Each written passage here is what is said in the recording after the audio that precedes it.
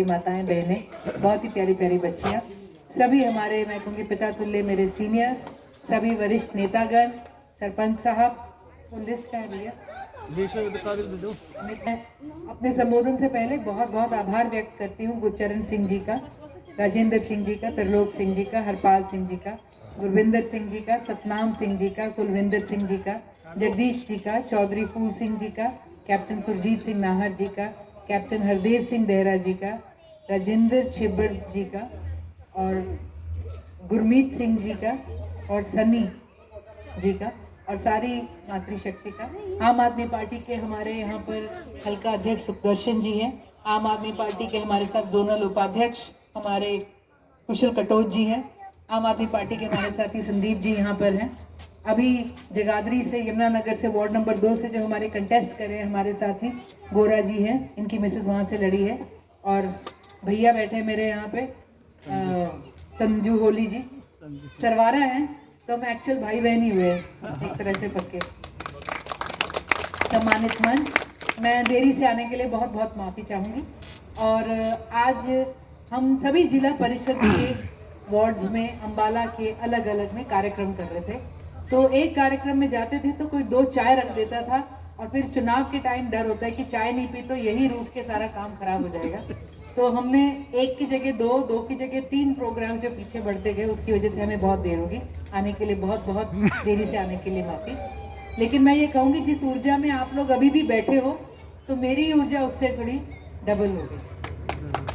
आम आदमी पार्टी जब चुनाव आता है, अब पता नहीं मेरा कौन सा चुनाव है, कई चुनावों में वोट मांग लिए और इस चुनाव में तो डेली हम 10 से 12 प्रोग्राम कर रहे हैं, तो कई बार ये नहीं आइडिया रहता कि मैंने यहाँ क्या बोल लिया और क्या बोलना रह गया। तो जब हम वोट मांगने जाते हैं तो सबको पता है यहाँ पे, स्पेशली जब सीनियर्स बैठे हो, तो मुझे उस वक्त पॉलिटिकल ज्ञान देते हुए बड़ी अटपटा लगता है। मुझे लगता है मैं किन को बता रही हूँ पॉलिटिक्स के बारे में, तो मैं कोई बहुत बड़ी बात नहीं करूँ। एक अपने नजरिए से मैंने कैसे देखा, मैं इस बात को आपसे साझा करूँ।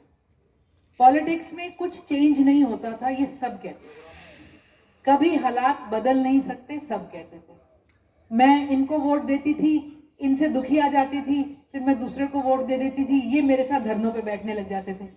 फिर मुझे लगता था जिसे अब दिया वोट मैं इससे दुखी हो गई, ये अच्छे लगने लग जाते थे, फिर इन्हें वोट देती थी, फिर वो धरनों में मेरे साथ बैठ जाते थे, ये सत्ता में आते थे, फिर मैं इनसे दुखी हो जाती।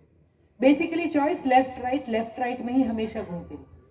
और यही बात थी कि 14 के अंदर जब केजरीवाल जी धरने पे बैठे, मुद्दे बिल्कुल सही थे। उन्होंने कहा भ्रष्टाचार बंद होना चाहिए, पर हो थोड़ा सकता है, ऐसा थोड़ा होता है। उन्होंने कहा शिक्षा होनी चाहिए, पर ऐसा कैसे हो सकता है। स्वास्थ्य सुविधा सबको मिलनी चाहिए, बाहर भी तो मिलती है, मिलती होगी, मिलनी चाहिए, पर हिंदुस्तान में थोड़ा हो सकता है। ये अविश्वास था जिसने इतना कॉन्फिडेंस दिया लोगों को। उनको खुला चैलेंज था, ये धरना देना, अनशन करना बड़ा आसान है, उतर के दिखाओ। मैं दिल्ली में उस टाइम जॉब किया करती थी, तो हम रेडियो पे चलते थे, गाड़ी ड्राइव कर रहे होते थे, आम आदमी पार्टी की एड और चर्चा चल रही होती थी। फिर पता चला इन्होंने झाड़ू का चुनाव चिन्ह ले लिया।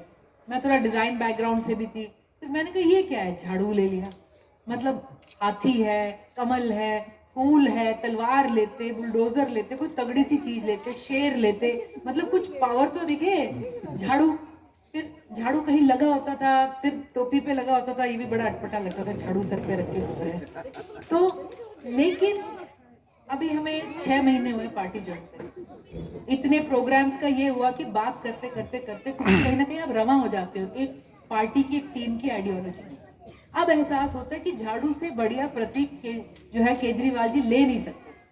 देश की गंदगी को साफ करने के लिए हम किसी भी नाली में घुस सकते हैं, हम किसी भी हद तक जा सकते हैं।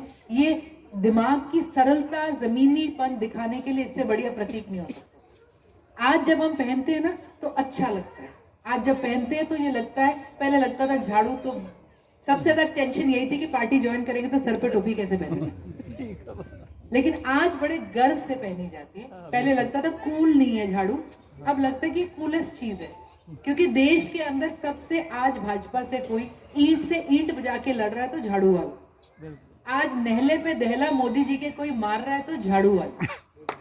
आज एक के बाद एक एडमिनिस्ट्रेशन में, राजनीति में, करप्शन फ्री भारत में करके कोई काम दिखा रहा है, कीर्तिमान स्थापित कर रहा है तो झाड़ू वाला। एक मैं आपको बता दूं बात, आप कभी भी देखना आम आदमी पार्टी आपको धर्म पे बात करती नहीं देखी, कभी नहीं कहेगी भाई देखो जी हम तो मुस्लिमों का करेंगे, हम क्रिश्चियंस का करेंगे, हम एससी के लिए ये कर देंगे, हम बीसी के लिए ये कर देंगे, हम बीपीएल के लिए ये करेंगे, पीले के लिए ये करेंगे, गुलाबी के लिए ये करेंगे, आयुष्मान के लिए ये करेंगे। उन्होंने कभी नहीं करा। उन्होंने कहा अखंड भारत।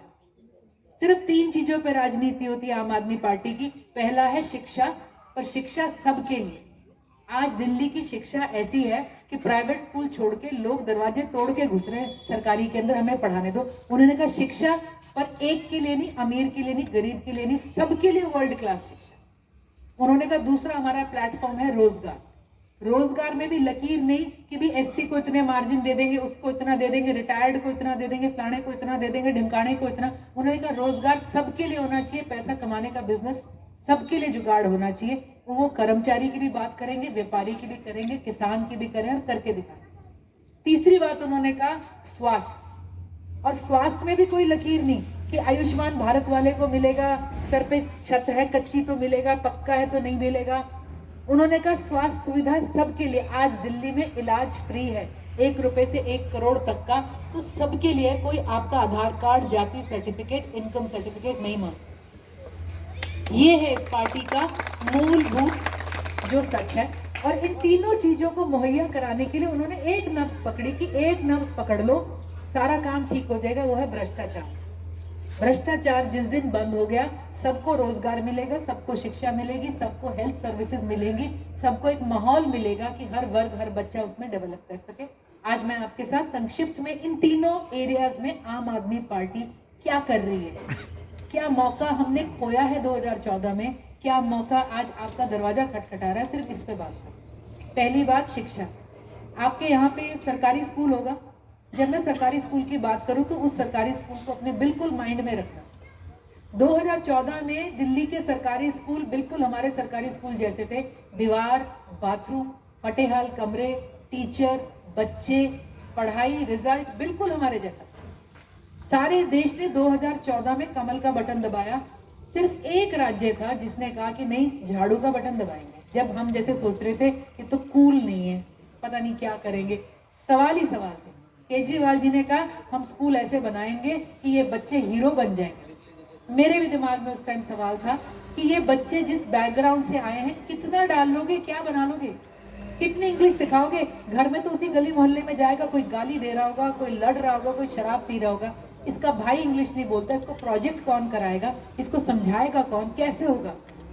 लेकिन मैं आपको बताऊं 2014 में जो बदलाव दिल्ली में आया था, इस साल दिल्ली के सरकारी स्कूल का रिजल्ट क्या है, 99.6 पास परसेंटेज है। 100 में से 99 से ज्यादा बच्चा पास, प्राइवेट स्कूल से ज्यादा। आज दिल्ली के सरकारी स्कूल में स्विमिंग पूल है, हॉर्स राइडिंग है, फ्रेंच सिखाते हैं, इंटरनेशनल बैकलरेट का करिकुलम है। बच्चों को पता होगा जो आईबी में पढ़ लेता है, बाहर जाने के लिए टोफल शोफल नहीं देना पड़ता, सीधा एडमिशन। और ये सब कुछ सरकारी स्कूल में बच्चे को मुफ्त। आज दिल्ली के सरकारी स्कूल में इस साल सब बच्चों को पता होगा सीईटी क्या होता है, कॉमन एलिजिबिलिटी टेस्ट। एक एग्जाम है, सब अलग अलग स्ट्रीम जो बनना चाहता है उसको देना पड़ता है। इस साल दिल्ली के सीईटी में 1141 बच्चा मेरिट पे आया है, अपने आप मन मर्जी के आईआईटी आईआईएम में जाएगा। जिस कॉलेज में केजरीवाल जी का बेटा इस साल जा रहा है ना आईआईटी में, उसी आईआईटी में दिल्ली के रेडी पड़ी वाले का बेटा जा रहा है, इसी साल सरकारी स्कूल में पढ़कर। सरकार ने ये देखा कि भाई पढ़ाई पूरी नहीं है, ट्यूशन देता है, 2000 का फीस है, 4000 की ट्यूशन है। सरकार ने ट्यूशन सेंटर अपने चला दिया। सरकार 2 शिफ्ट में दिल्ली में स्कूल चढ़ाती है। आज जब ये बच्चे जा रहे हैं, इनके पास पैसा नहीं होगा आईआईटी का, तो उन्होंने इन बच्चों को लोन भी सरकार दे रही है। आज ये मुमकिन कैसे हुआ?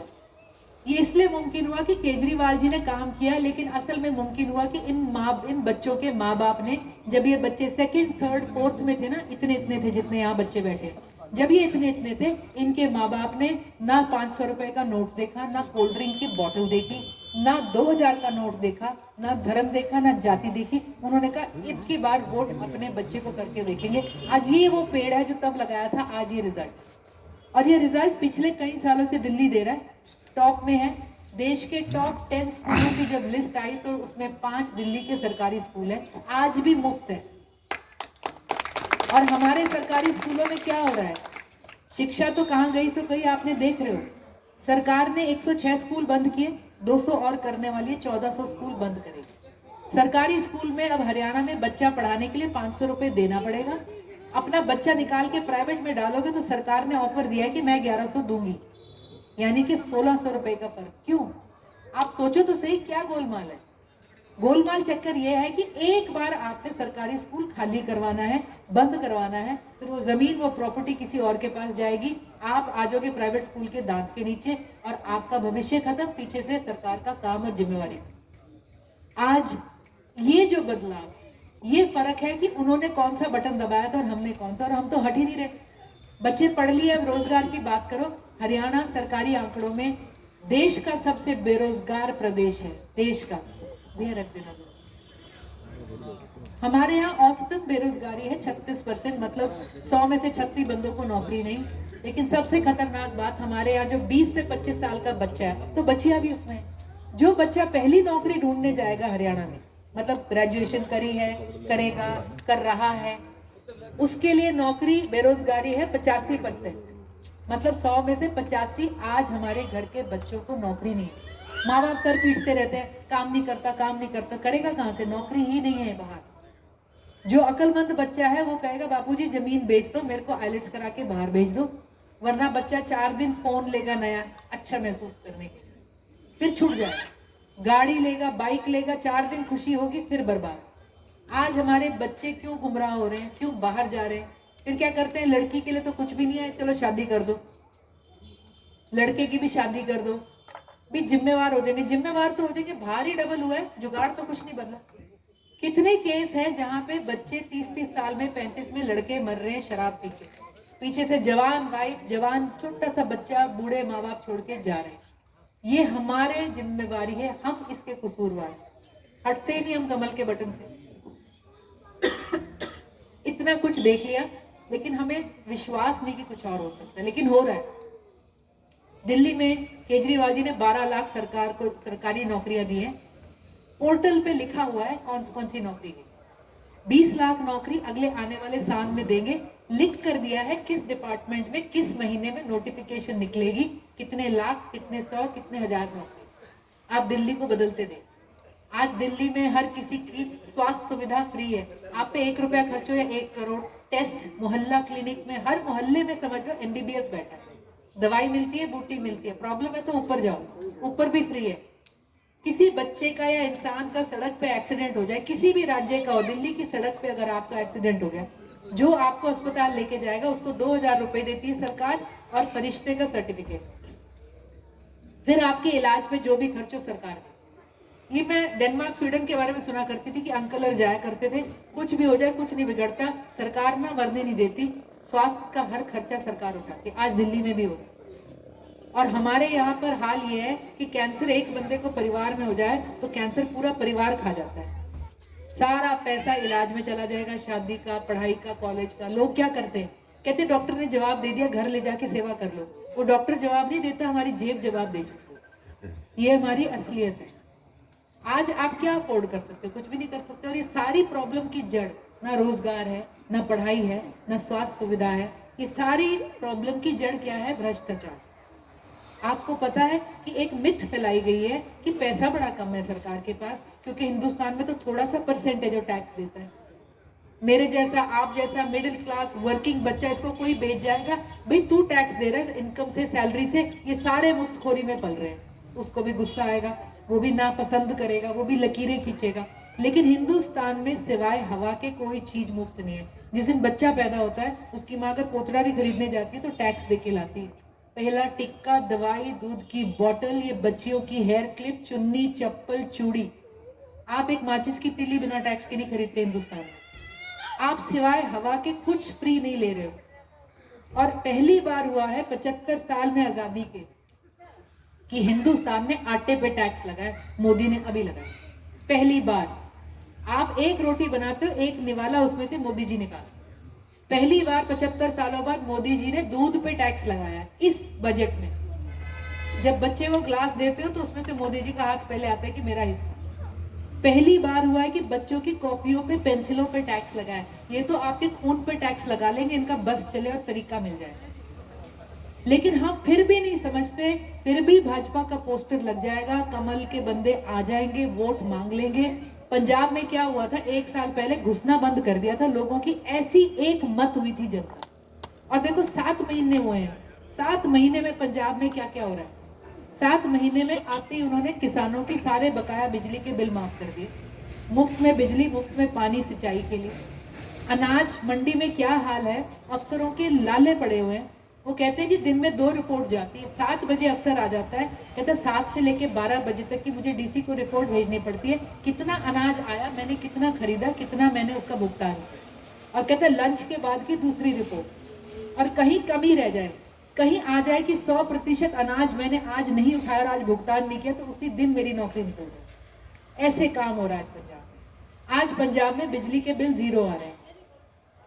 और 0 मीन्स दिवाली पे बंदे मिलने आए, कहते पागलों की तरह एसी भी चला लो तब भी 400 रुपए आ रहे हैं। अंबाला में तो मुझे पता है 65,000, 72,000, 1 लाख एक्स्ट्रा एनर्जी चार्ज लग के आ रहा है। यही नहीं पता ये एक्स्ट्रा एनर्जी चार्ज क्या है। प्रीपेड बिल आ गया है हरियाणा के अंदर, एडवांस में पैसे ले रहे हैं। वो कह रहे जी पहले पैसे दे दो बिजली के, फिर हम काटेंगे, मतलब इंटरेस्ट भी वो कमाएंगे। आप देखिए आपका कहाँ जा रहा है। आज पंजाब के अंदर 35,000 कच्चे कर्मचारी पक्के हो गए 7 महीने में, 20,000 नई नौकरी आ गई, ओल्ड पेंशन स्कीम बहाल कर दी। और ये भाजपा का आप नोट करिएगा, जब तक हाथ पैर चलेगा डीसी रेट देना चाहती है, उसके बाद कुछ नहीं देना चाहती। वाजपेयी जी आए थे, जाते जाते 2000 में कर्मचारियों की पेंशन बंद कर दी, ओल्ड पेंशन की। और अब मोदी जी आए हैं, जवानों की भी पेंशन बंद कर दी।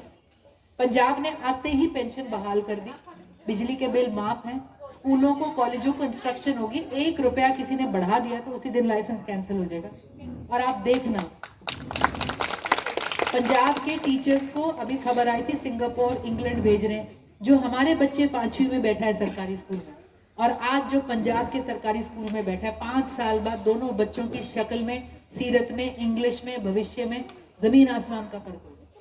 बस ये हमारे ऊपर है कि हम कब बदलाव लाएंगे। आज ये पार्टी आपके यहाँ दस्तक दे रही है, खटखटा रही है दरवाजा, मौका कब करें। आज क्या मैं कहूंगी, हमारे यहाँ पे संजीव जी को वोट देके क्या बिजली फ्री हो जाएगी? अभी नहीं होगी। क्या इनको वोट देके आपके सारे काम, स्कूल ठीक हो जाएंगे? अभी नहीं होंगे, लेकिन ये सुनिश्चित हो जाएगा कि 2014 से शुरू हो जाएगा। आज क्यों है कि कांग्रेस भी अनाउंस कर रही है हम 300 यूनिट बिजली फ्री देंगे? क्यों भाई, आज तक क्यों नहीं दे दी? 10 साल थे आप यहाँ पे। आज क्यों है कि पार्टियां कह रही है हम भी ओल्ड पेंशन स्कीम बहाल कर देंगे? आम आदमी पार्टी के आने से पहले काम करने की जरूरत क्यों नहीं महसूस हो रही? तो ये बहुत बड़ा बदलाव है, एक भ्रष्टाचार मुक्त सिस्टम का। और जो मैंने आपको टैक्स पेयर की बात कही, आज पूरे देश में 29 राज्य हैं, हर राज्य पे कर्ज है। हम भी घर कर्ज लेके चलाते हैं। हरियाणा में 2014 में 20,000 करोड़ का, 60,000 करोड़ का कर्ज था, आज 3 लाख करोड़ का कर्ज है। पूरे देश में सिर्फ एक राज्य है जिसके ऊपर 1 रुपए का कर्ज नहीं है, पैसा प्लस में लेके बैठा है। बताओ कौन सा होगा? दिल्ली। 8,000 करोड़ प्लस में रख के बैठे। पंजाब के ऊपर 3 लाख करोड़ का कर्ज है, जाती हुई सरकार छोड़ के गई। भगवंत मान जी ने आते ही 13,000 करोड़ लौटा दिया। कैसे किया? सारी माइनिंग का, बस का, पंजाब रोडवेज में जो करप्शन थी 1 मिनट में रोक दी। पहले महीने में 16,000 करोड़ का प्रॉफिट हो गया। उन्होंने कहा डन, बिजली फ्री। दूसरे महीने में दोबारा 16,000 करोड़ का प्रॉफिट। और अब आप देखना, पंजाब में हर महिला को 18 साल से ऊपर 1,000 रुपया महीना वो देंगे। आपका पैसा है, कोई चूस रहा था, खा रहा था, उन्होंने रोक लिया। एक महिला को पंजाब में मिलेगा साल का 12,000, 5 साल में 60,000। अब पंजाब में कोई जाके किसी माँ को कहेगा बेबे ये ले 2,000 नोट, मुझे वोट दे दियो, आपको लगता है वो अपनी वोट बेचेगी? इतना घाटे का सौदा कोई नहीं करता। दादी है, 2 बहुएं हैं, जवान पोती है, सोचो घर में क्या इनकम आती है, क्या सपोर्ट है। तो इतना बड़ा बदलाव आ रहा है। आपका पैसा आप पे लगाने वाली पार्टी आ रही है। आज मैं आपसे ये कहूंगी कि सिर्फ संजीव जी के लिए, एक चुनाव में 1 वोट के लिए मैं नहीं आई हूँ। इतनी बड़ी जो हमारी बात हुई है, जो इंतजार हुआ है, मैं आपसे कह रही हूँ कि युवाओं से, महिलाओं से, आप सब इस बदलाव का हिस्सा बने।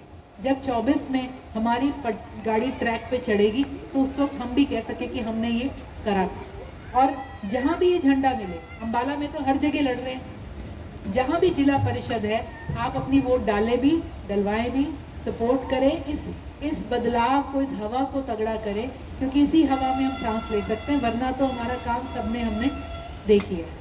तो आज यहाँ पर सारी मातृशक्ति आई, आप सब आए, बड़े बुजुर्ग आए, इसके लिए बहुत बहुत आपका धन्यवाद। देरी से आने के लिए एक बार फिर मैं